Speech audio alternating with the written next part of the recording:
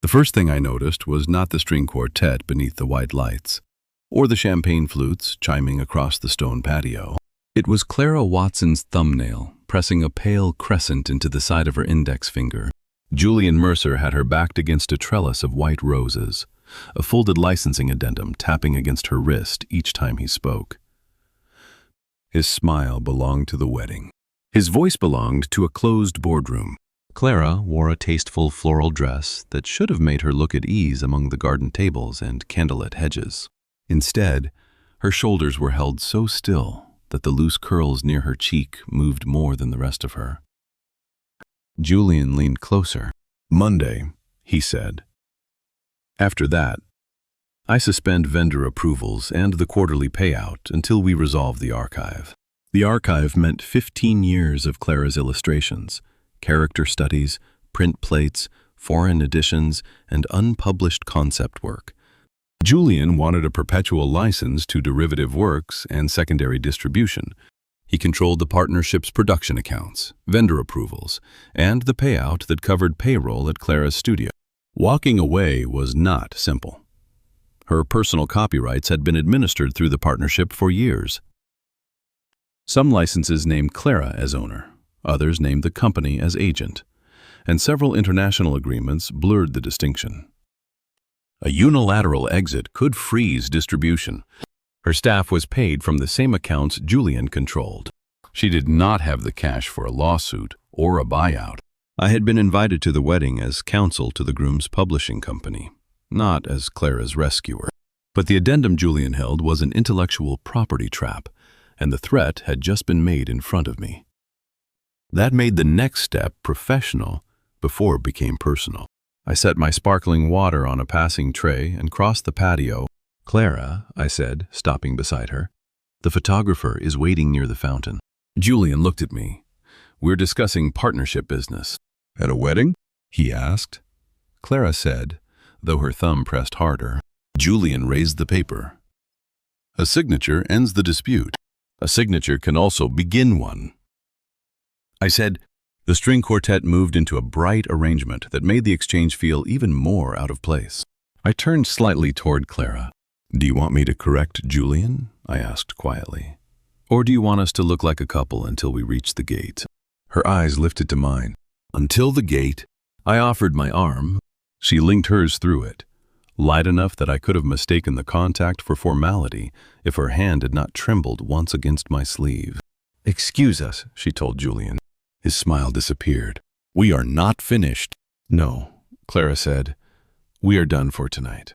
We crossed the stone patio beneath the white string lights. Guests glanced toward us, then smiled with the easy assumptions weddings encourage. I kept our pace unhurried until the music softened behind the hedge. At the garden gate, Clara released my arm. "You gave me an exit without making the decision for me," she said. That was the idea. The gravel shifted beneath her heel. I caught her elbow after she nodded, steadied her, then let go. Her thumb returned to her finger. I took a heavy silver fountain pen from my inner pocket and held it out horizontally. "Hold this." She stared at it. "It weighs enough to remind your hands where they are." That is either thoughtful or extremely lawyer-like. Both can be true. She took the pen. The metal settled across her palm. "Julian says the archived portfolio belongs to the partnership," she said. "He wants the right to create derivative products without my approval. If I refuse, he freezes the production accounts. Payroll is Friday." "Has he issued a written notice?" "Not yet." "Do you have the original operating agreement?" "In a fireproof cabinet at the studio." "You need a conflict check, an engagement letter, and someone who can separate personal copyrights from the partnership's administrative rights." "I cannot afford your firm." "Our pro bono IP program can take matters involving creator coercion. Maya Chen supervises it. If she approves the case, you decide the scope." Clara rolled the pen once across her palm. "You don't negotiate by pulling—" "I said, you negotiate by building a bridge. Right now, Julian thinks he owns both sides." She looked back toward the wedding lights. "Tomorrow? 9 o'clock. My office. Bring every agreement you have. The following morning, Maya Chen sat at the head of our IP review room with Clara's intake form, my conflict memorandum, and a yellow legal pad arranged in a straight line. Maya was my supervising partner and the only person in the firm who could make silence sound like a cross-examination. "You know Clara socially?" she asked me. "We have met at industry events." "And last night?" I helped her leave a pressured conversation. Clara sat beside the window, her battered leather satchel at her feet. I asked for his help. She said, "He did not promise a legal result." Maya looked at her. "What do you want from this representation?" "Keep payroll moving. Stop Julian from licensing my work without consent. Show me whether I can leave the partnership without destroying the studio." "That is a scope," Maya said. She approved the pro bono engagement with 2 conditions. I would handle contract analysis and negotiation strategy. Maya would control litigation advice and any court filing. Clara could end the engagement at any time. Clara signed. I signed beneath her. Maya sent a preservation notice to Julian's counsel covering production accounts, licensing records, archived files, vendor approvals, emails, and payout instructions. She also proposed a temporary standstill. No new licenses, no account freeze, no transfer of archived work, and payroll released in the ordinary course while both sides reviewed the contract. Julian's counsel agreed to a 72-hour standstill. That was not peace. It was 3 days in which no one could move the furniture while we measured the room. I opened the original operating agreement beneath the white light of the review table and uncapped my silver pen. Page 42 contained subsection 8.4, Termination of Distributions. Julian had quoted one sentence in his email to Clara. He had omitted the condition that followed it. Production accounts may be restricted only after a documented delivery breach. I said, "Have you missed a delivery date?" "Never." "Then he cannot freeze the payout under this clause." Clara leaned forward. "What about vendor approvals?" I turned to the management schedule. He can delay approvals for a defined business reason, but not use them to force an unrelated rights transfer.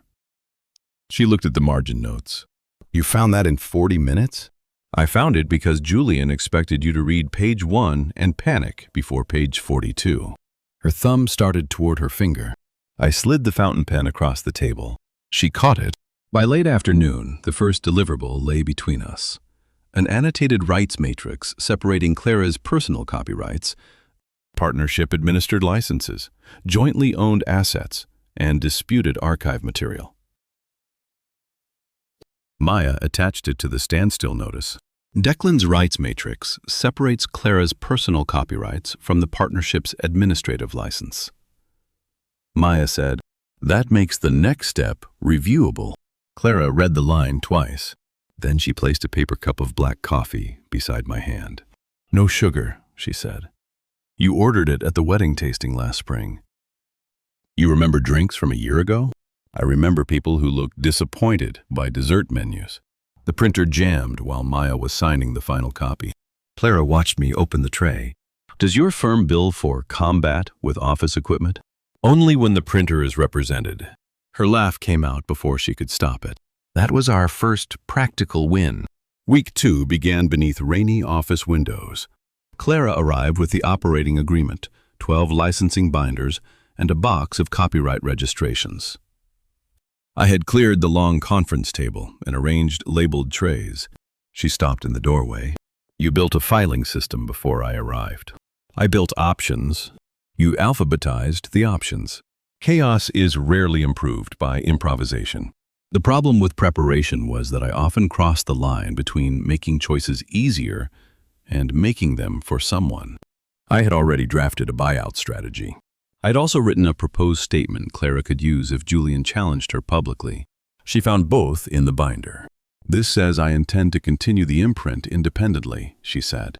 I assumed that was the goal. "You assumed?" The rain ticked against the glass. "I might want to close the imprint and license the archive through a new studio," she said. I might want to keep the staff and change the business model. I have not decided. The buyout works best if I asked for options. Declan, not a script for my own life. My hand stayed on the binder. She was right.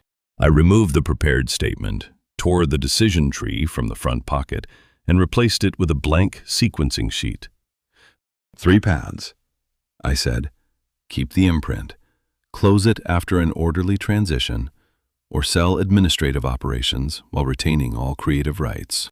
We analyze each. You choose. Her shoulders lowered by a fraction. Thank you. The correction cost me 5 minutes. It changed the next 6 weeks. We worked side by side on the rights matrix. I read clauses. Clara explained how the studio actually functioned. A license that looked minor on paper funded 2 apprentices. A vendor approval that appeared administrative controlled the paper stock required for limited editions. A character guide Julian called a company asset had been drawn in Clara's apartment 3 years before the partnership existed. The shared task turned legal abstractions into a map of real work. At 7. Clara pulled a napkin from the takeout bag and began sketching with a ballpoint pen. I glanced over. City skyline? She looked at me. No. The drawing showed 3 connected rooms, each labeled in tiny block letters. Print, licensing, community. A covered walkway linked them. It is the studio I would build if I were free, she said. The middle room stays open to the public twice a week. The back room belongs to the archive. My wrong guess sat between us. I saw windows and assumed buildings. It is a building. Then I was directionally correct. You were specifically wrong. An important legal distinction. She smiled and turned the napkin toward me. The bridge in the drawing connected all 3 rooms without forcing any one room to carry the others. I understood why she had drawn it before she said anything. Week 3 moved the work into Clara's letterpress and illustration studio. Nora Bell, the studio manager, met us beside 2 Chandler and Price presses and a wall of flat archival drawers. Ink stained the side of her hand. Payroll spreadsheets sat open on a nearby monitor. We have 9 employees. Nora said, 2 apprentices, 3 printers, 2 licensing coordinators, 1 shipping lead, and me. Friday payroll is $68,000, including benefits. Julian's temporary standstill had released the current payout, but the next quarter remained uncertain. Daniel Cho, a forensic accountant and valuation specialist, joined us with a scanner, inventory tags, and a valuation model. The studio audit began with physical ownership. Clara opened each drawer herself. We matched original plates, sketches, character sheets, and production masters to copyright registrations and license records. Daniel traced revenue by title and territory. Nora supplied production logs and staff costs. I used the licensing database and the silver pen to mark every agreement where the partnership acted only as administrator. By noon, we had identified 93 copyrights registered solely to Clara, 14 jointly commissioned works, and 6 disputed character bundles. Julian had treated administration as ownership. The documents did not. Elena Ruiz, the largest distributor's rights director, joined by video. She confirmed that her company had never received an assignment of Clara's copyrights to the partnership. It held distribution licenses that could continue under a successor entity if Clara completed a clean reversion and buyout. That means the catalog can survive a dissolution. Clara said. It can, Elena replied. But we need a signed ownership schedule and uninterrupted production plan. Nora placed both hands on the work table. We can build the production plan. Clara looked at her staff through the glass partition. My decision is to keep the imprint, she said. Independent. Same team if they choose to stay. That choice belonged to her. And it changed our valuation model. Daniel recalculated the buyout around Julian's administrative interest rather than Clara's creative assets. The number dropped by nearly 40%. While Clara met with Nora and the staff, I joined a lender call with Daniel.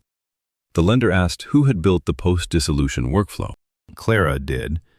I said Nora converted it into staffing and production schedules.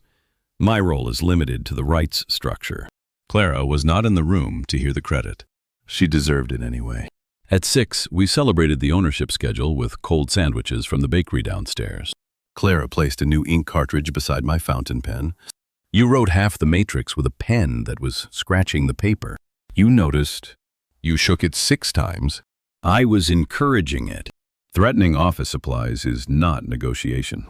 Week 4 belonged to money. Daniel audited the partnership's administrative expenses and found that Julian had charged personal travel, consulting retainers, and unrelated marketing costs against production income. None of the expenses alone proved theft. Together, they reduced the value of Julian's management interest and supported an accounting claim. The payroll bridge remained the immediate problem. Maya negotiated a temporary extension of the standstill, while Daniel prepared an independent valuation and cash flow forecast. Nora arranged written commitments from major customers to continue orders after dissolution. Elena supplied a distributor declaration confirming that future payments could be redirected once the assignments were executed. A community development lender offered a bridge facility contingent on mediation, a signed ownership schedule, and no undisclosed liens. Clara reviewed the lender commitment line by line. The interest rate is higher than I wanted. It is lower than losing payroll. Daniel said. She tapped her thumbnail once. I reduced the afternoon tasks. Choose 2, I said. Lender covenants or the international licenses. Covenants? We do those. And stop. You have 6 more tabs. They will exist tomorrow. She studied me. You moved a client call. I moved 3. You did not tell me. The calls had other counsel. You had 1 payroll deadline. She closed 4 tabs. At the end of the day, Nora brought soup in paper bowls. Clara handed me mine before opening hers. Eat, she said. You have been interpreting commas for 9 hours. Some commas are dangerous. This one is carrots. The bridge facility received conditional approval on Friday. Payroll cleared. The studio staff stayed. Week 5 began with the courier at 9:07 Wednesday morning. The first page carried Julian's signature and a notice freezing the quarterly payout. The second invoked a moral turpitude clause, alleging Clara's conduct at the wedding created a conflict of interest and exposed partnership information to outside counsel. Attached were photographs of Clara leaving the reception on my arm.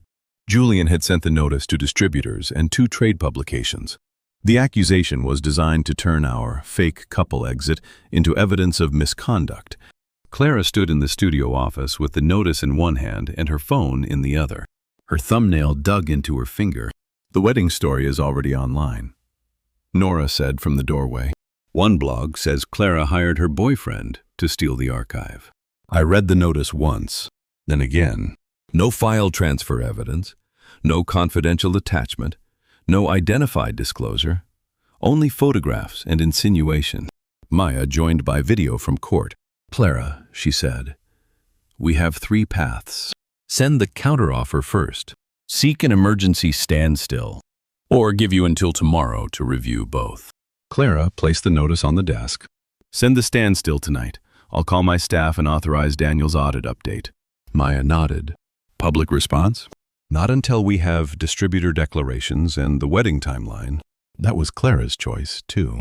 Owen Parker, the groom, provided photographs showing Julian cornering Clara at the trellis and me escorting her toward the gate. His witness declaration said only what he could actually know. Julian had initiated a business discussion.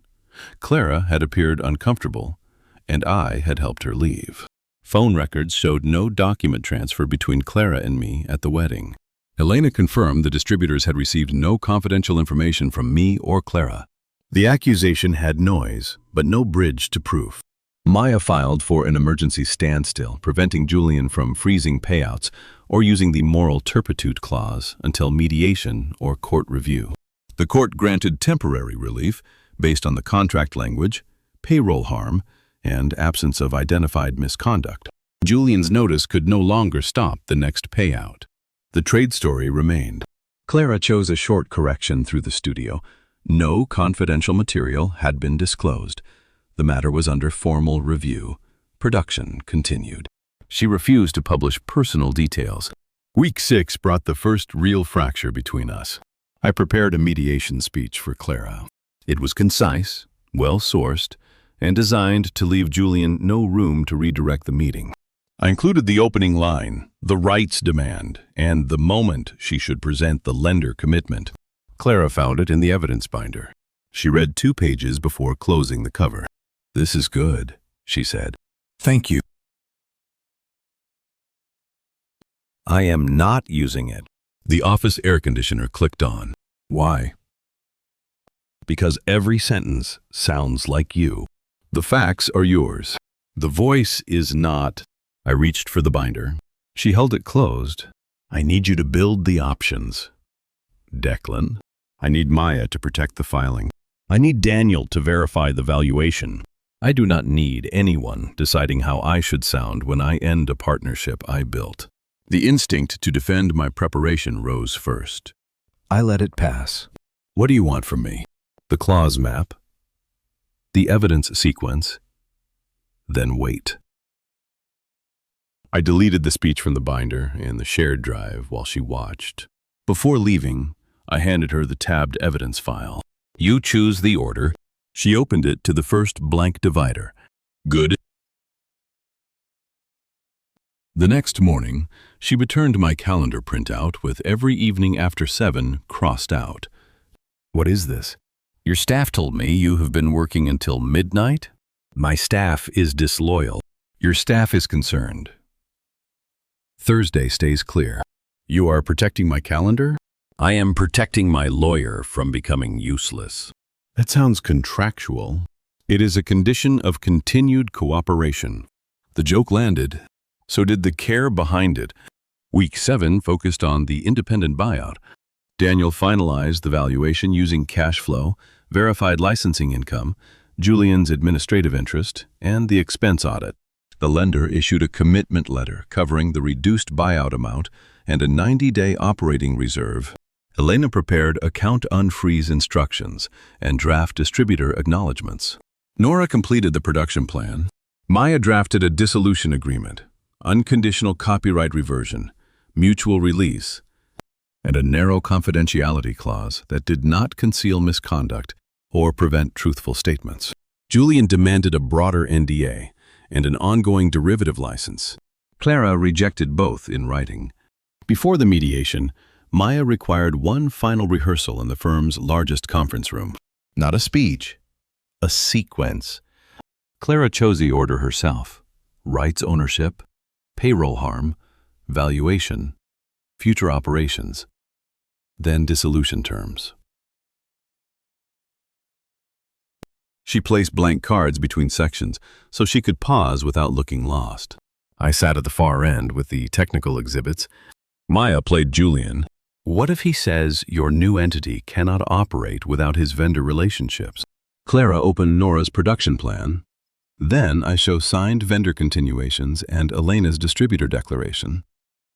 What if he offers more money for the derivative license? I say the license is not for sale. What if he makes the wedding personal? Clara's thumbnail pressed once into her finger. She closed the binder. I return to the evidence. If he continues, I ask the mediator to stop the discussion. Maya nodded. I slid a page across the table. It contained only exhibit numbers and the clause references Clara had asked me to present. No prepared answers. She read it and tapped the silver pen against the first line. This is useful. I have been told scripts are unpopular by an authoritative source. The room's projector refused to recognize Maya's laptop. I checked the cable, restarted the display, and failed twice.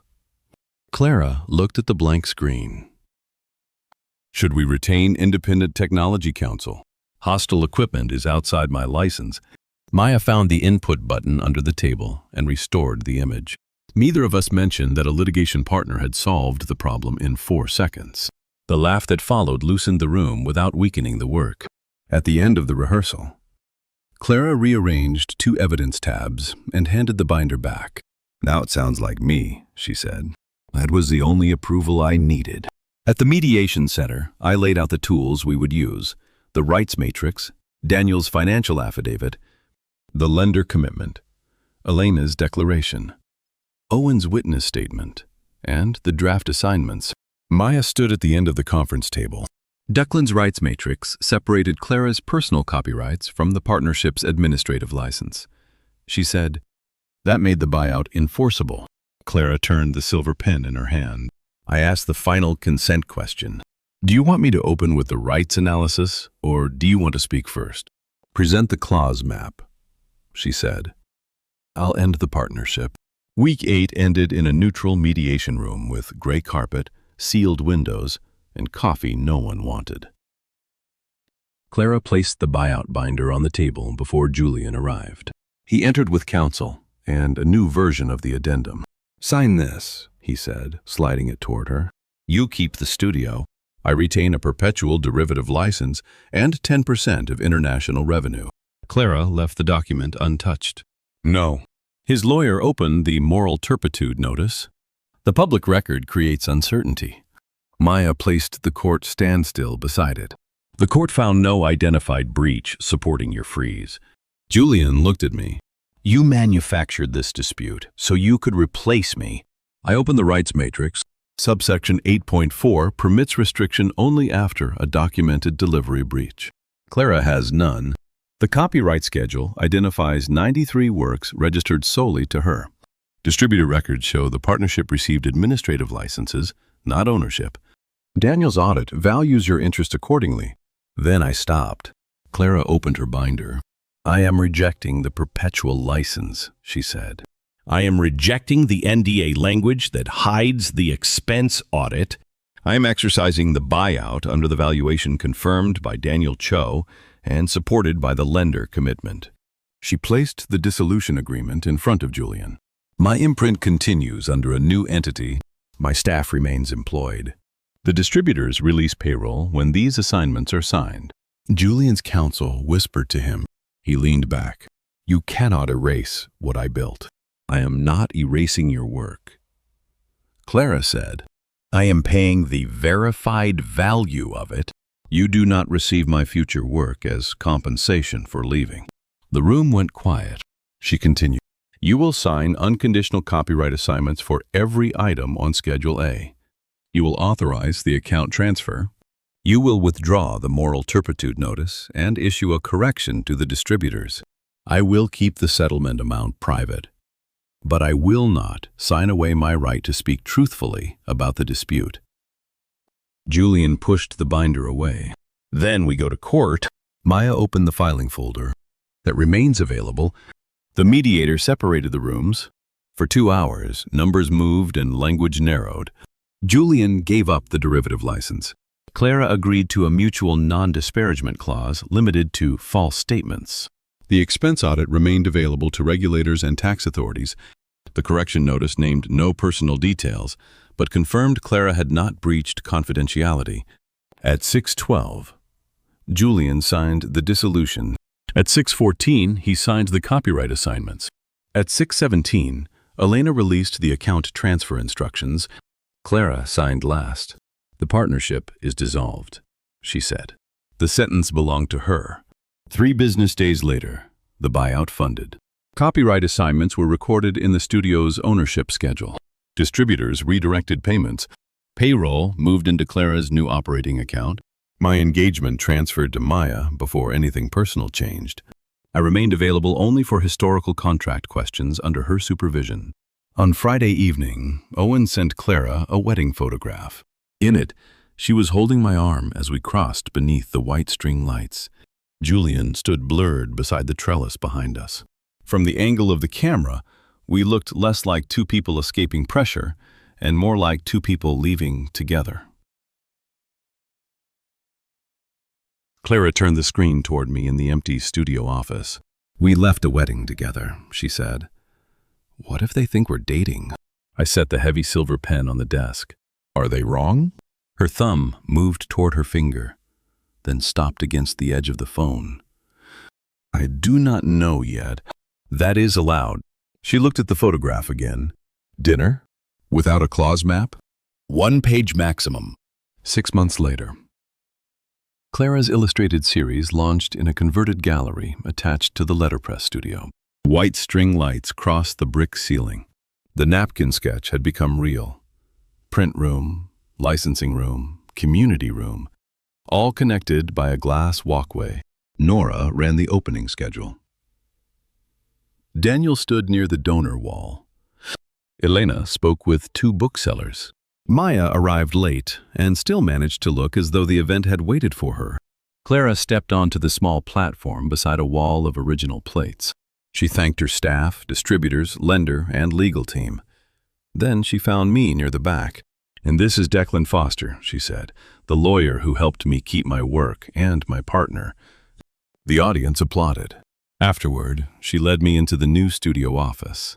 A brass key rested beside a shared calendar and a 1-page boundary agreement.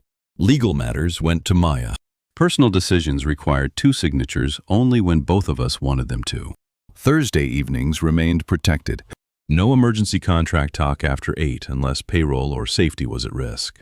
"You drafted terms." I said, "I believe in clarity."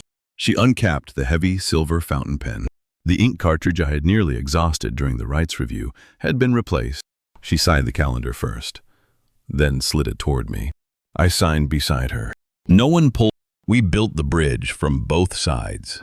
Clara capped the silver pen, placed the studio key beside it, and left both within my reach. The end.